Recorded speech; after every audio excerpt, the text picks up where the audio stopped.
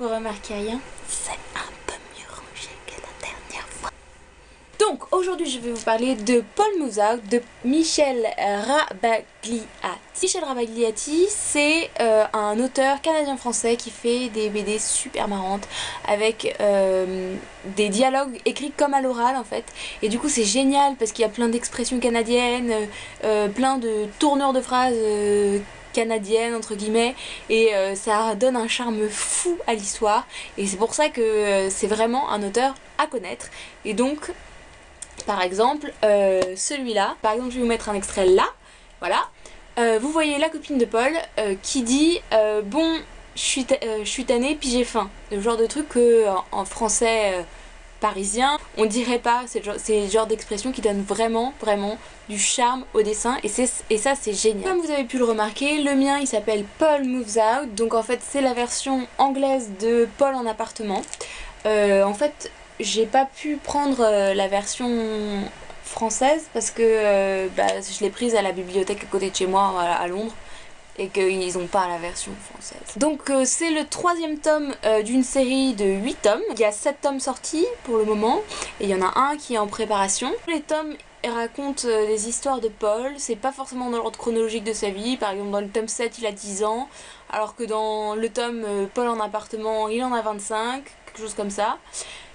Et les histoires de Paul, c'est rigolo parce que c'est un peu les histoires de Michel Rabagliati, sauf qu'en fait il a pris des éléments de sa vie et il les a remis pour que ce soit un truc fictionnel, une espèce d'autobiographie romancée. C'est un genre qu'on appelle de l'autofiction. En fait c'est des éléments autobiographiques auxquels on ajoute du récit pour l'embellir quoi, pour le rendre plus intéressant. Par exemple c'est rigolo parce que Paul il s'appelle donc pas Michel, mais pourtant il a la même tête que Michel, il a les mêmes sourcils, les mêmes gros sourcils, et surtout il y a un truc qui est hyper perturbant, c'est que à la fin de chacun de ces tomes, il montre une photo, donc là c'est la photo en noir et blanc, qui correspond à une partie de l'histoire en fait. Du coup c'est vraiment super rigolo et ça rend encore plus réel, encore plus vrai l'histoire, et on ne sait pas ce qui est du réel, ce qui est de la fiction, et ça rend le récit un peu excitant. Donc Paul en appartement, c'est paru en 2004 aux éditions La Pastèque. Ça raconte l'histoire de Paul qui emménage avec sa copine pour la première fois, et il profite de cet emménagement pour raconter comment ils se sont connus, donc dans les années 1980, pendant qu'il faisait une école de design. Donc il raconte aussi comment ça se passait dans son école de design, ses études, tout ça, et il raconte aussi le début de leur vie ensemble, comment ça se passe de vivre avec sa copine. C'est rigolo parce que c'est vraiment pas gnangnan, ça raconte juste la vraie vie quoi, il n'y a pas de fioritures ou de trucs, c'est juste le quotidien, et c'est vraiment agréable à lire. Du coup c'est pas prétentieux, il en fait pas des tonnes. Le dessin il est absolument génial, donc c'est du noir et blanc, mais c'est très expressif, très travaillé, il y a des détails dans les cases qu'on voit pas à tous les coups. Si vous regardez sur internet vous verrez qu'il y a des études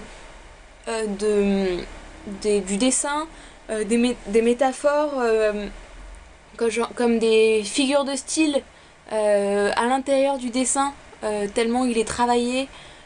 On a l'impression qu'on voyage au Canada en fait, et qu'on a suivi Paul et qu'on est parti avec lui vivre au Canada, à Montréal, et c'est complètement dépaysant. En plus comme il parle avec l'accent canadien, c'est encore plus dépaysant et encore plus rigolo. Bref, donc voilà, Paul en appartement, c'est une super BD qui plaît aux garçons, enfin qui peut plaire aux garçons comme aux filles.